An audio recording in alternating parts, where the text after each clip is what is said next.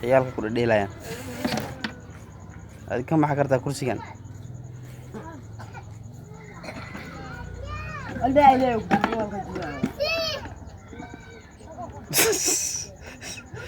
karta dad ciyaalka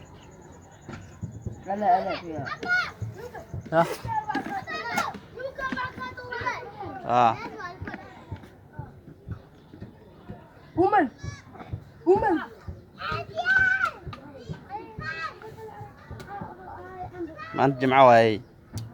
maxaa la sheegi waa